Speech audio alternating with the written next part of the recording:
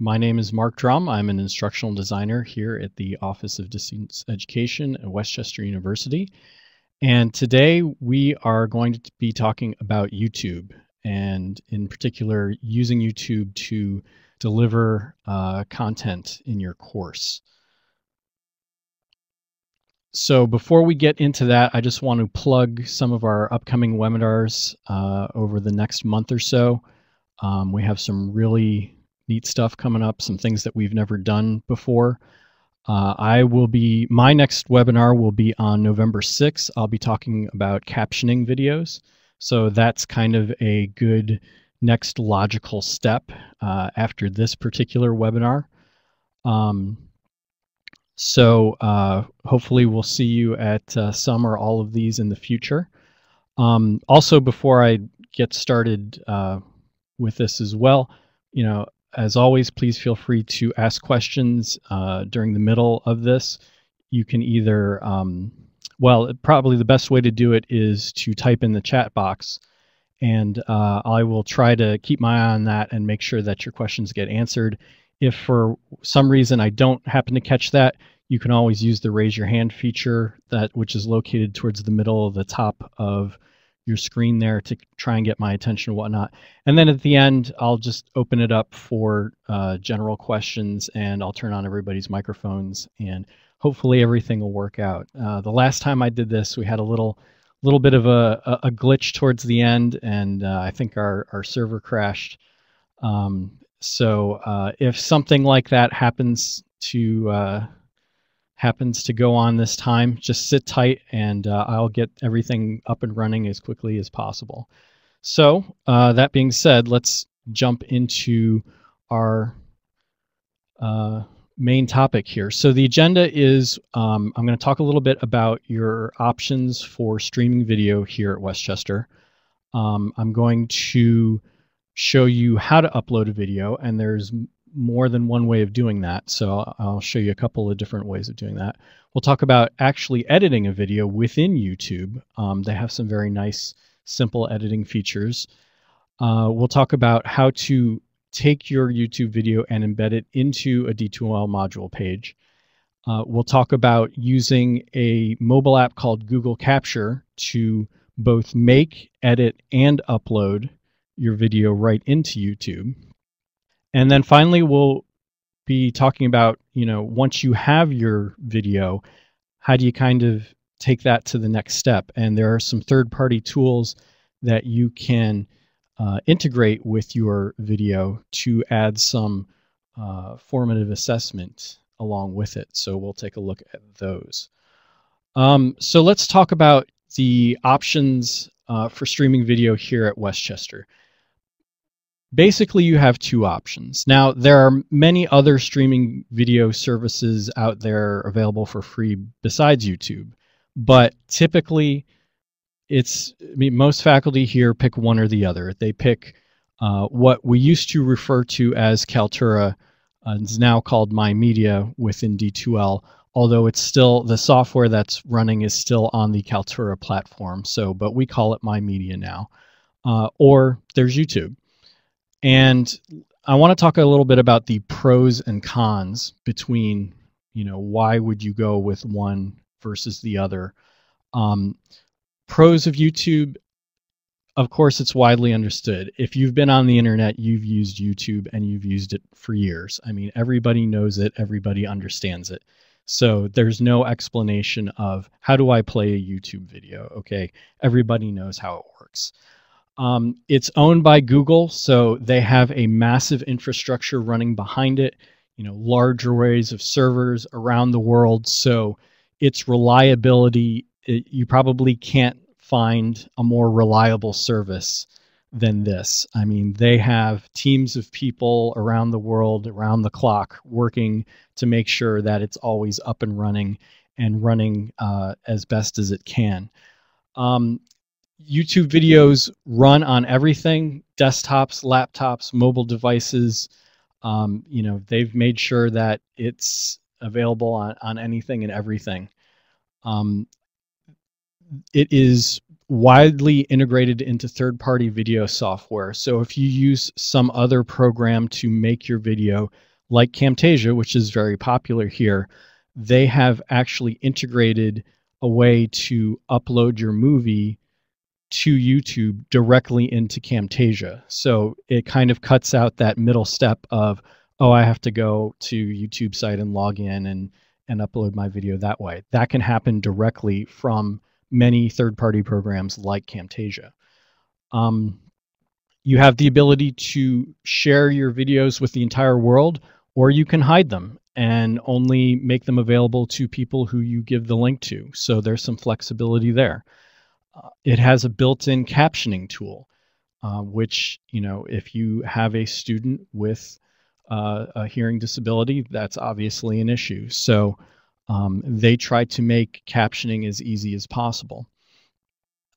You can combine YouTube with other tools, and that goes back to what I mentioned with combining it with a third-party tool to do formative assessment. So that's something we'll talk about a little bit later on. And I also mentioned the mobile app. We'll take a look at that too. The pros to Kaltura are that it's integrated into D2L, so you do not need to sign up for an additional account. You automatically can go and start using Kaltura once you're in D2L. You can upload your video right into it. There's no extra account involved. The videos are restricted to your course only. So if your video has some sort of sensitive information, maybe your subject is a medical field or something like that, where there is some sort of restricted information, maybe involving FERPA laws or HIPAA laws or something like that, then if you put your video into Kaltura, it can only go to whichever students are in the course you integrate that video with it. It cannot be shown outside of Westchester. It cannot be shown outside of the course you add it to. So you know, the service that you choose may be dictated by this particular rule or laws that you have to follow. And of course, it's supported by Westchester University IT. So if something does go wrong with Kaltura, you have somebody that you can get in touch with here at Westchester if there's a problem. So let's talk, now that we've done the pros, let's talk about the cons of both. So the cons of YouTube are you have to sign up for a Google account. And part of setting up your YouTube account means that you also automatically get a Google Plus account. I don't know how you feel about that, especially because Google Plus has been going through some very tough times right now. They are stripping it down. Its future is definitely questionable at best. And they've pretty much thrown in the towel in terms of competing with Facebook. So what Google Plus is going to become, who knows? And, you know, in the end, Google Plus may just disappear. So, but at any rate, it will automatically create a Google Plus profile for you once you sign up for a Google account. The highest security settings in Google are really unrealistic for use within a higher ed course. So the highest security setting basically says, I can only show this video, only the people who I have listed within the video have the ability to watch it. So if you have a class of 40 students, that means you have to go and find out what are all of their Google accounts' email addresses and list each and every one of them into that video so that only they have access to that. So it's really kind of unrealistic to use the highest security setting for a course within Google, within YouTube, excuse me. If your video has some sort of copyrighted material within it, and of course you want to try and avoid that as much as possible, unless you have the rights to use it, YouTube may automatically detect this and block your video. So that's just something to think about and keep in mind. And then obviously there's no direct support for it, right? So you just can't call up Google and say, hey, I'm having a problem with YouTube. It's not working, or I can't seem to make it do whatever it is I want to. There's just no way to do that. Now, our office will try and help you as best as we can, but of course, we have no control over Google. We can't fix a problem, with it. So, we'll do the best that we can, but if it's something we can't fix, you may be out of luck. I'm just looking at a comment that Angela put on here. She says, that happened to me. I have a video of a child playing a song on piano and YouTube flagged it. Yeah, so it's got some pretty sophisticated software built into it that can, kind of detect these sorts of things. Music in particular, because especially towards the beginning of YouTube, that happened with, excuse me, that happened with, people were just uploading MP3s of songs that they had ripped off their CDs and things like that. And there was widespread, copyright infringement going on and whatnot. So they had to figure out a way to kind of help sift all this out and prevent that. So, as a consequence, that might happen. You may have something that you put in there intentionally or unintentionally that would eventually get flagged. So that's the cons of YouTube. For Kaltura, the videos cannot be shared outside of D2L. So if you make a video and you put it into Kaltura and then you want to show it to another colleague at another institution, or another group of students at another institution, or somebody outside of Westchester, or really even somebody just outside of your courses, it doesn't even necessarily need to be someone outside of Westchester, you can't do it. Kaltura will not let you do it. The videos cannot be easily transferred to other accounts. So if you make some instructional videos, and then next year another faculty member is going to teach the course, and they say, hey, can I borrow those videos? Can I use your videos that you made last year? And you say, yeah, sure, no problem. They can't run those videos from your Kaltura account. So you actually have to give them the video file. They have to upload it into their Kaltura account. It's, it's busy work. You can get it to work, but it's unfortunate. It has a very inefficient way to organize videos. So there's really like no sort of folder system, or, once you start putting videos into Kaltura, you just get a big long list.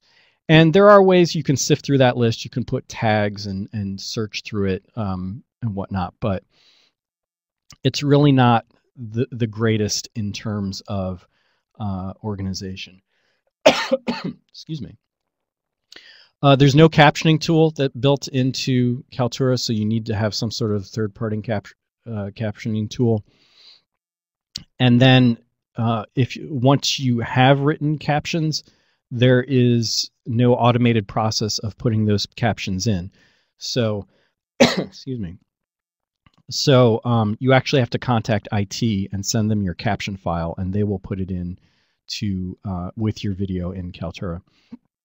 And then finally, once you embed a Kaltura video within your content page or wherever it is within your course, the size of that window is fixed. You have no control over making it bigger or smaller or anything like that. So, excuse me one second, I'm going to get a drink here to kind of clear my throat. So that's kind of the pros and cons of this.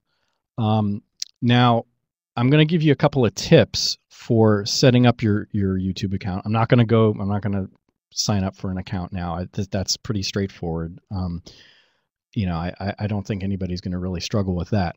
But and if you have any sort of a Google account, in particular Gmail, Gmail's pretty popular. A lot of people have Gmail accounts. You don't have to sign up for anything extra. That will work for your YouTube account. So what you do is you just go to YouTube, you sign in using your Gmail account, and you're automatically registered and good to go to use YouTube. The other thing too is after you start using YouTube for the first time,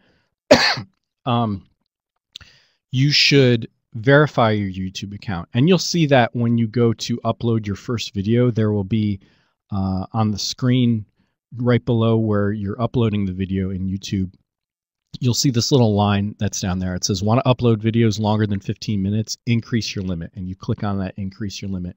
And that goes through a further verification process. Basically, it just emails or texts you a code. Or actually, I think it either texts you or it can call you at a phone number that you give them. And you just put that code in. And that just helps them verify that you're an actual person. You're not some computer that's just randomly setting up, you know, YouTube accounts for some nefarious purpose or something like that.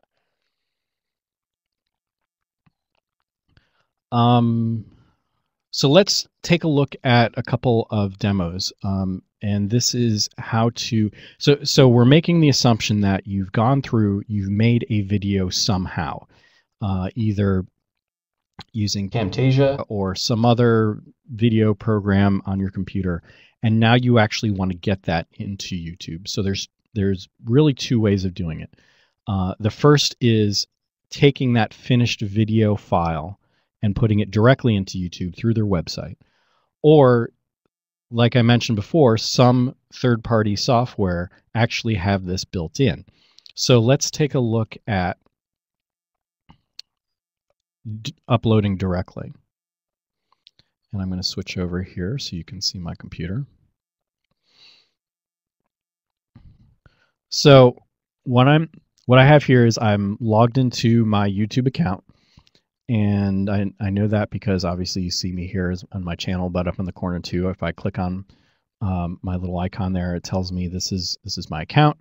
And what I have over here is just this little icon for a movie that I created.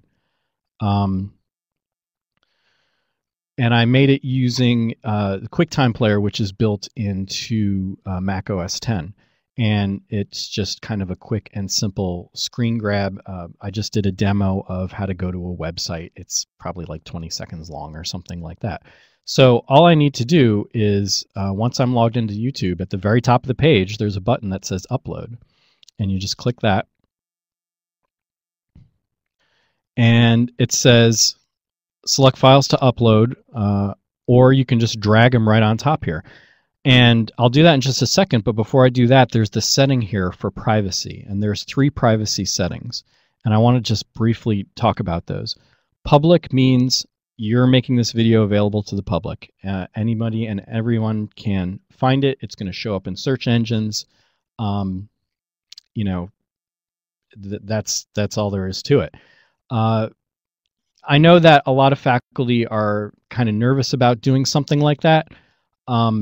You know, that's entirely up to you, whether you want to make it public, whether you don't or whatnot.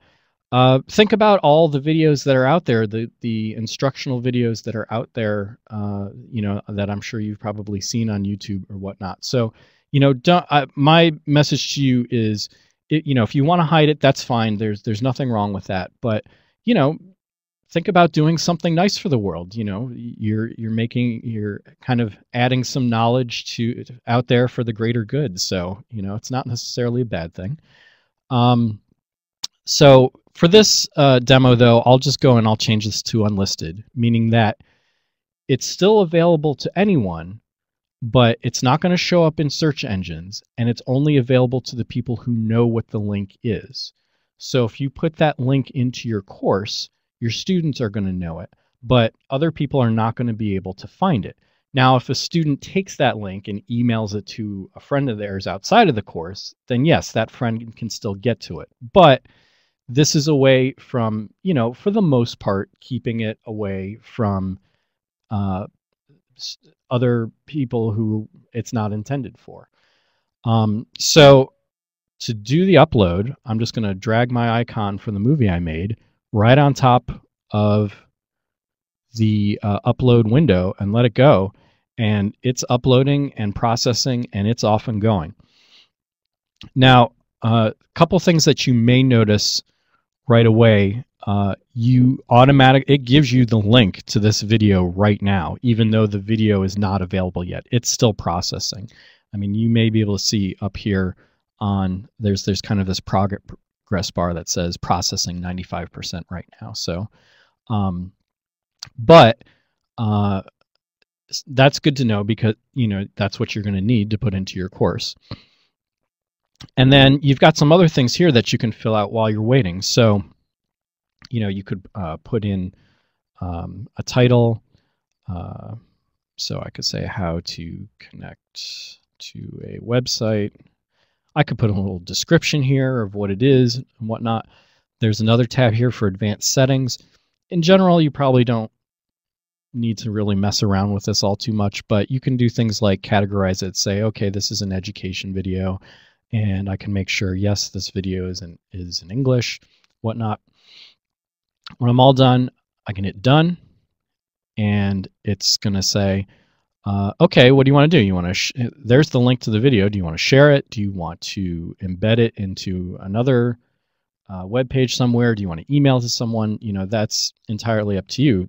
But if I take that link there, and I'm just going to copy it, and I'm going to paste it right into my browser. Hello, and welcome again to Internet 101. All right, so I'm going to pause that there. There's my video, and it's on YouTube, and it's ready to go. Now, this is a very short video, so the processing time and the uploading time was very short. Obviously, if you have a much longer video, 10 minutes, 15 minutes, whatever it is, the uploading time is going to take longer. The processing time is going to take longer. But as long as you have a decent internet connection, these things aren't going to take terribly long to do. 5 minutes, 10 minutes at the most before your video is ready. So that is, that's all there is to it. Your video is up on YouTube now and ready to do whatever you want with it. The other way to upload, and what I'll show you here is, so I'm going to show you how to upload from Camtasia. Okay, so this is another video that I made very similar to this last one, where I do a demo about how to go to a website. And I'm in Camtasia for Mac. If you use Camtasia for Windows, the process is very similar. Basically what you do, at least in the Mac version, is you go up to Share, and you can see the second choice down from the Share is YouTube. And I'm actually signed in to my YouTube account here right now, but if I wasn't, it's going to ask me, okay, what is your Google email address and password? So I'm going to put that in.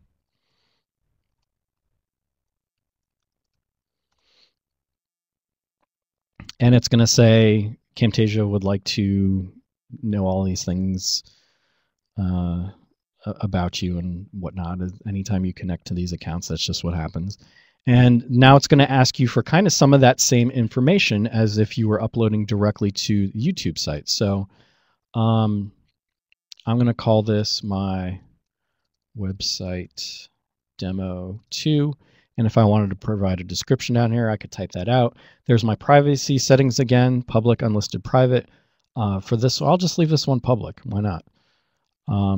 You can always go back and delete videos out of YouTube later on if you need to. That's something important to know. But I hit share. And so what Camtasia is doing now is it's first making the movie file, right? So I have this Camtasia file now with all the bits and pieces of my movie. It's actually making the movie file. Since it's a short one, it's done. And now it's going and uploading it to YouTube. And I get a message, now it's been uploaded, it's done. And I get all sorts of information along with it. It gave me the link to where the video is in YouTube. It gave me an embed code if I want to embed it in the page. I'm just going to go and hit the visit button here. And hello and welcome to Internet. Let me pause that there.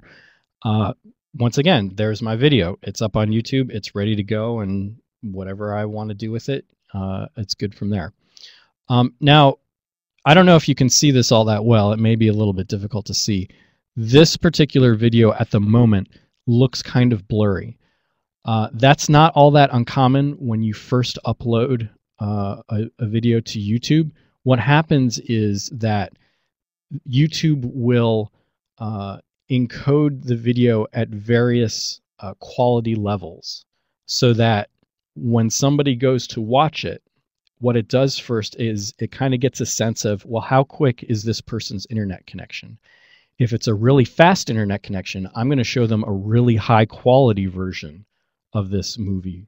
But if it's not, I'm going to show them a lower quality version because I know that they have a slow connection. So I'm going to try and get this video to them as quickly as possible.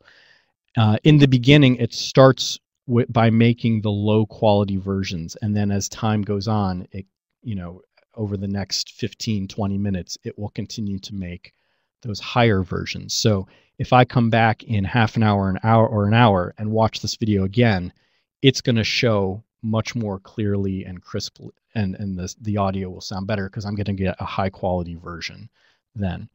But at any rate, those are the two different ways of uploading a video to YouTube. And depending on what other video software you may use, the direct upload may be a little bit different, but they generally all kind of work the same. So let me go back to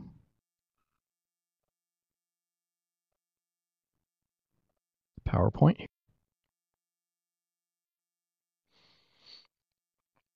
Okay, so we talked about uploading. Editing, I'm just going to show real quick.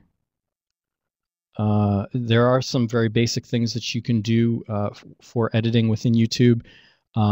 Change some of the, fix some of the coloring that may look off or something like that. Set basic information about it. You can add some music to it if you want. One nice thing that Google does is they provide some free licensed music for you to use as kind of a soundtrack if you want to. So you don't have to worry about copyright issues with that. They've already taken care of that for you. And then, of course, adding and editing subtitles. Again, not something I'm going to go into a whole lot because in a few weeks I have another webinar coming up where we will go into that in depth. But let me show you real quick. Go back to the browser. Okay, so let's just use this video here. There's a little button right below where the video was when I'm logged in, and I'm the one who owns that video, and it's in my account, for adjusting the info and settings. And what you can see here is it's basically the same information from when you first uploaded the video into YouTube. You can change the name, the description. Right now it's listed as public, but if I want to change that to unlisted or private, I can go ahead and do that. Same thing with the advanced settings, the categories and whatnot. I can go and change those at any time. Here under the Enhancements tab, I got to save changes first. Now we go to the Enhancements tab. Here's where I can actually make some adjustments to things like lighting, contrast, saturation. I can slow the video down, or I can speed it up. So if maybe you're doing a demonstration, you're physically showing something, and you want the students to get a real good look at what you're doing, you could here slow that video down so that they can get a real good look at whatever it is that you may be demonstrating.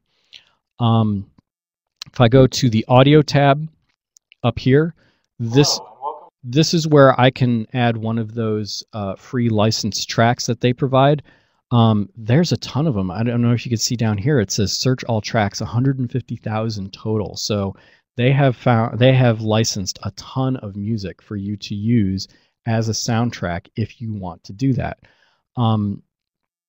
It's just a matter really of going and picking something. So what do we have here that we can pick from? Jingle bells. Oh, it's getting close to that time of year.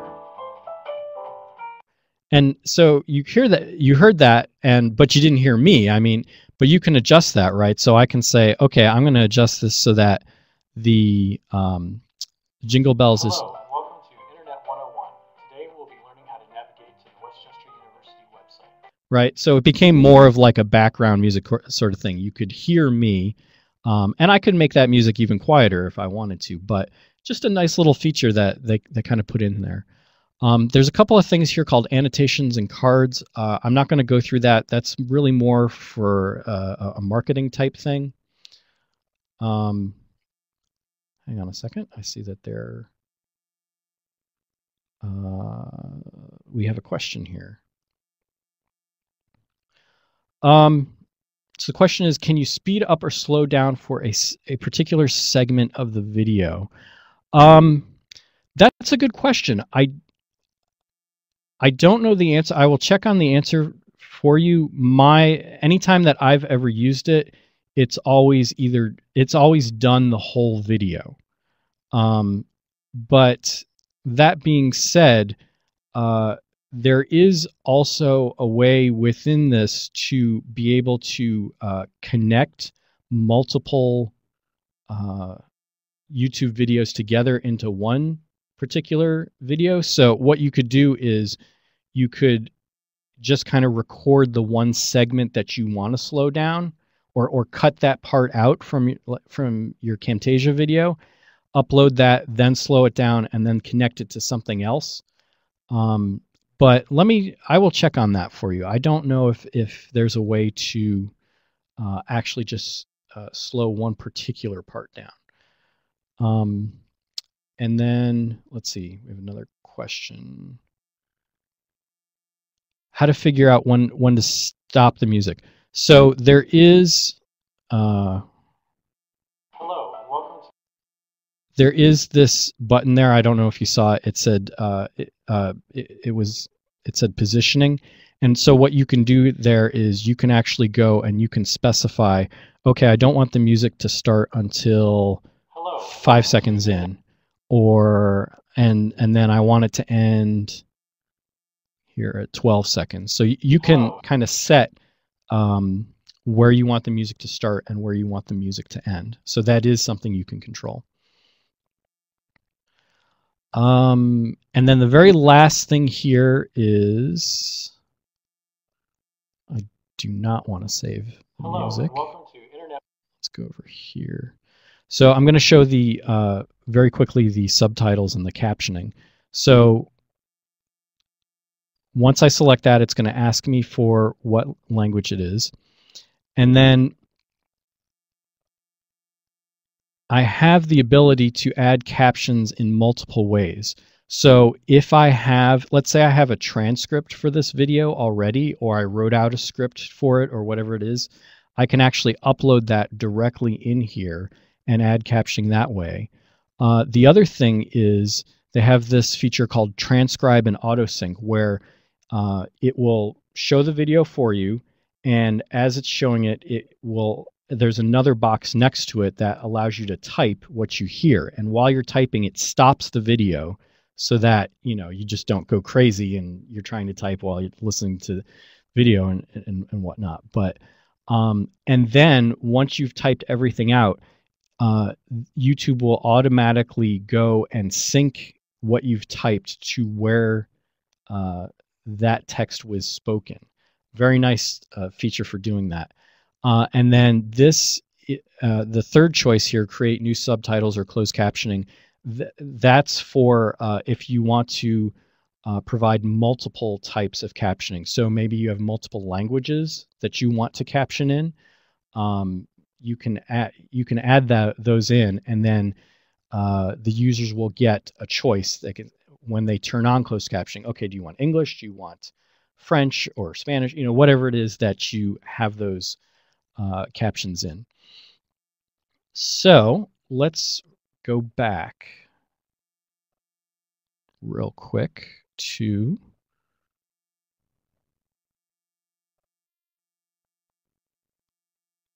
PowerPoint. Embedding into D2L, which is, kind of one of the main points of why you're doing this in the first place. So basically this is done by getting an embed code out of YouTube and pasting that into your page or multiple other places within D2L. So you can actually paste it into a quiz. Always something to keep in mind. You know, a quiz question can have a video in it. You can paste it into a widget on your homepage. You can paste it into a discussion post. So lots of places where you can stick a movie in D2L.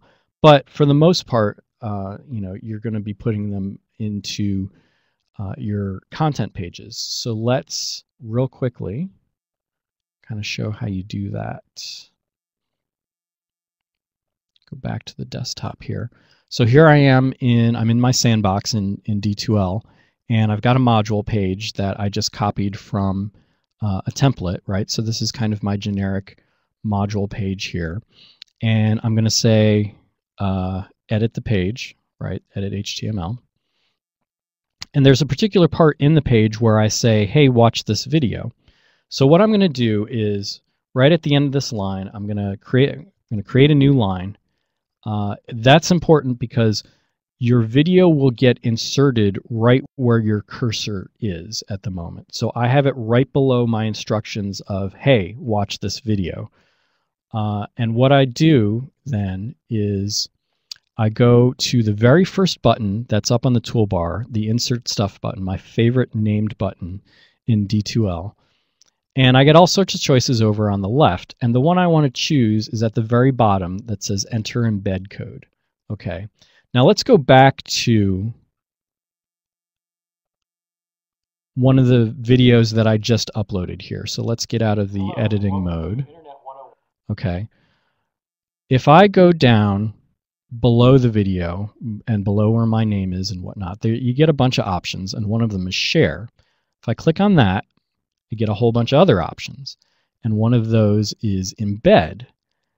And I get this embed code here that I can use to copy and paste into D2L.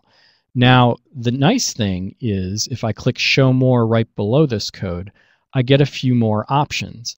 And the nice thing about the other options down here are I can change the size around of the window that's going to appear on the page. So, you know, 560 by 315, I'm not really sure if that's going to fit into my page properly or not, or if it's going to be too wide or too small or whatever, but I can try and copy that code in and paste it in and see how it looks.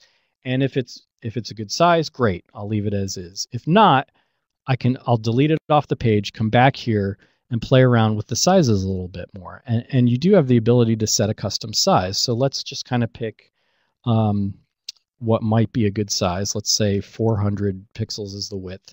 And when I press tab, you'll notice that it automatically calculates the proper height for the video, and it updates the embed code that's up here.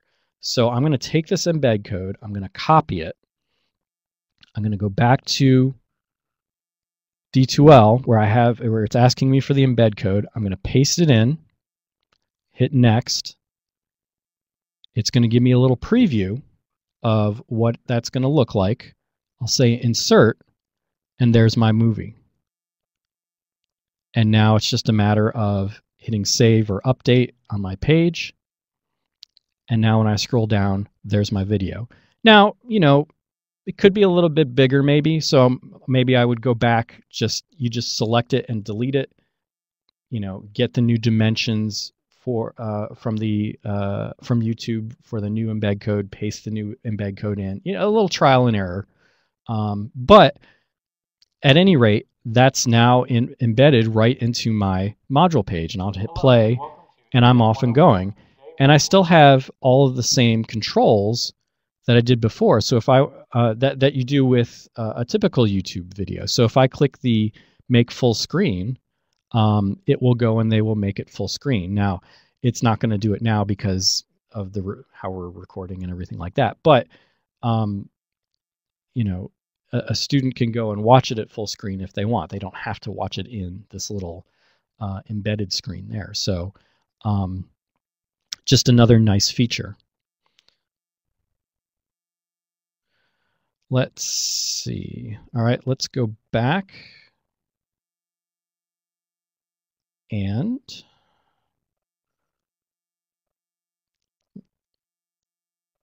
let's get the PowerPoint back up. I know we're starting to run a little low on time here, so I'm just going to very quickly show the last couple of things here. YouTube Capture. So this is an iOS app that you can download from the App Store, runs on iPhones, runs on iPads. Very easy way to make, edit, and upload a video directly into YouTube. And let me show it to you here. So I'm going to hide my browser and I'm going to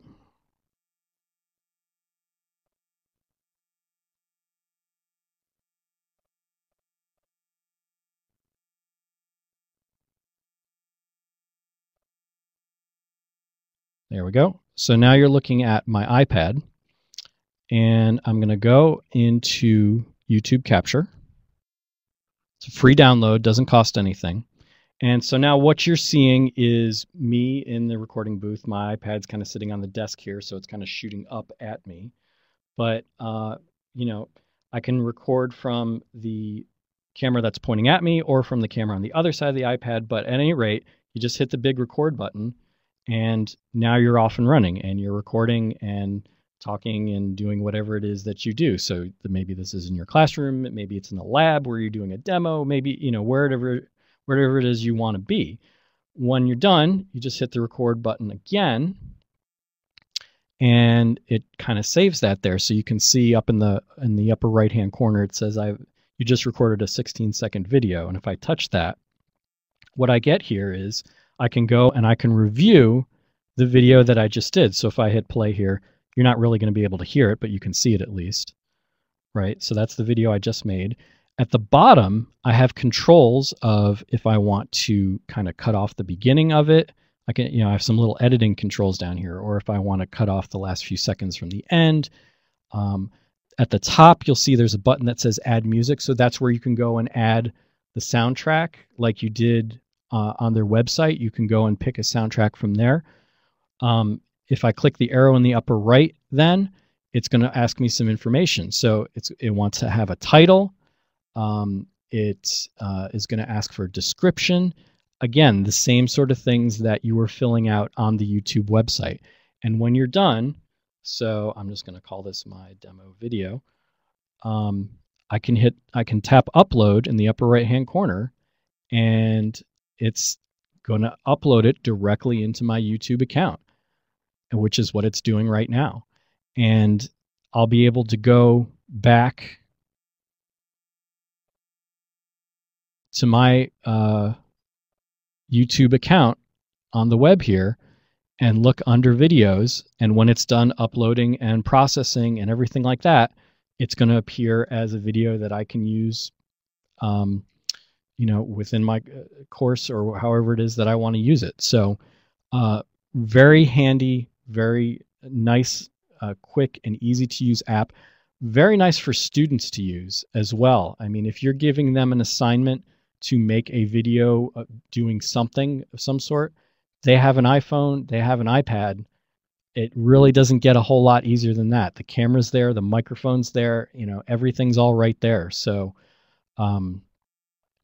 just a great little app that Google has provided. All right, let's quickly go back to the PowerPoint. And the very last thing I'm going to show, and I'll show it very quickly, is how once you've uploaded your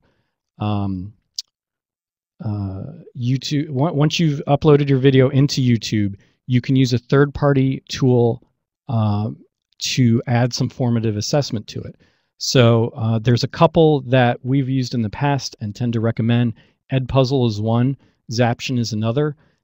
These are all web-based tools. You would need to go to their sites and set up an account.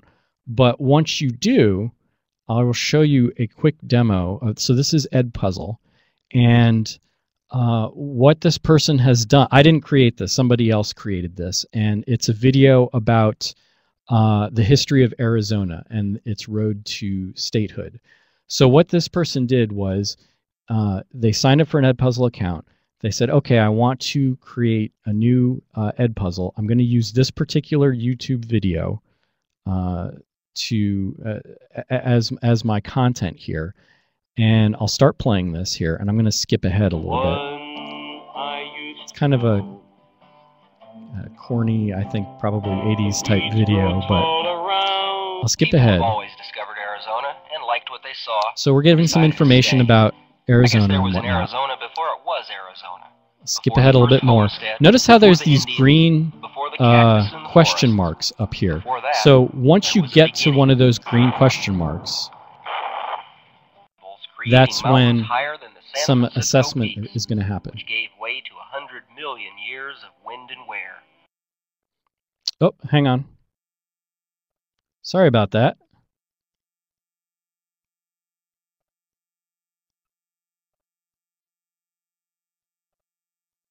A little switch over didn't work there. Okay, I think we're good now. So let's go back and show it again real quick.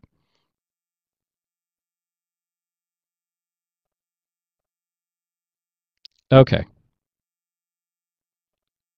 Start the video.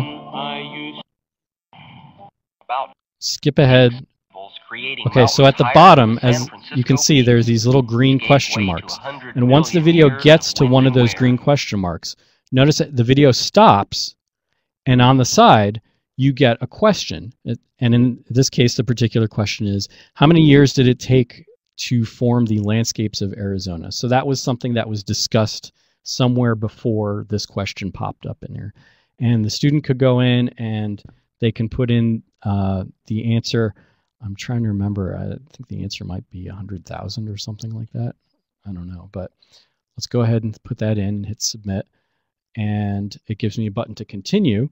And so I hit continue, and the video goes on, and it will continue to go on until you get to the next green question mark there. So let's skip ahead so we get there. And now we get another question. This one happens to be multiple choice. So in 1776, what discovery led settlers to Arizona? You have some choices here. So there are some options for different types of questions and whatnot. At the end, you as the instructor will get a report of, which student answered what, did they get the questions right, wrong, that sort of thing. So that's something that you will have as part of your faculty account with this. These tools are free. There may be some limitations in what you can do with them unless you have a paid account, but for the most part, we've been able to use them, not really had to pay for anything extra, and things, seem to work pretty well. So let's see, I got a question here. Teaching an online MBA class, I want the students to make a case presentation video. Can students access your webinar to learn how to create and use it? Yes, so we are recording this right now, and we make them available on our YouTube channel. So if you go later on, it won't be up today, but sometime next week we'll put it up there. Go to YouTube, do a search for Westchester University Office of Distance Education, and you will find our channel, and it's right towards the top of the channel. You'll see a thing for webinars. So all these webinars that we're doing this semester, we're recording all of them and putting them online, because we realize, not everybody can make it at a particular time, so it just makes life easier for everyone. Let me go back to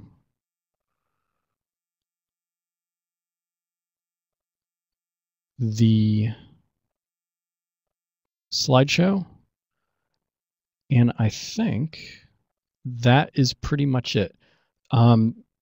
Does anybody have any questions about any of this? And I will, what I'm going to do is I'm going to turn on everybody's microphone if you prefer to ask it that way.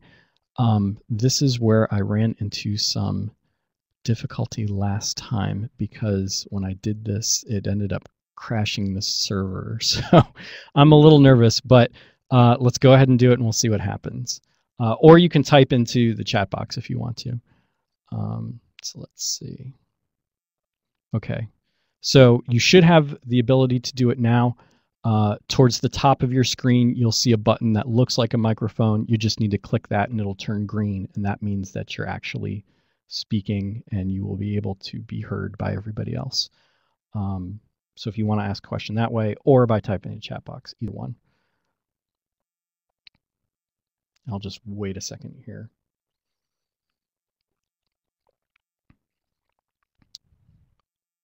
If there aren't any questions, I'll tell you what I will do. There's a couple of slides at the end here just with some general information. You know, feel free to interrupt me during those slides while I do that if you do have a question.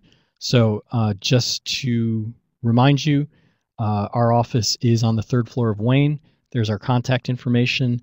There is our Twitter handle right below our email address there. Check out our Twitter feed. Even if you don't have a Twitter account, we post little bits of information and interesting news and things like that on there. There's also the contact information for D2L services. If you are having trouble with the LMS, you can always contact them and your students can contact them as well. And finally, I just wanted to say thank you. And these are the 3 instructional designers that work here in the Office of Distance Education and our contact information. You can also see our Twitter handles are there too. I am a huge Twitter fan, so if you are on, please feel free to follow me and I will absolutely follow you back. And I post out little bits of news and information just like our office account does as well. So I wanted to thank you all for attending today, and I hope you enjoyed this. And if you do have any questions in the future, please feel free to reach out to me or anybody else here. Okay? So thank you very much.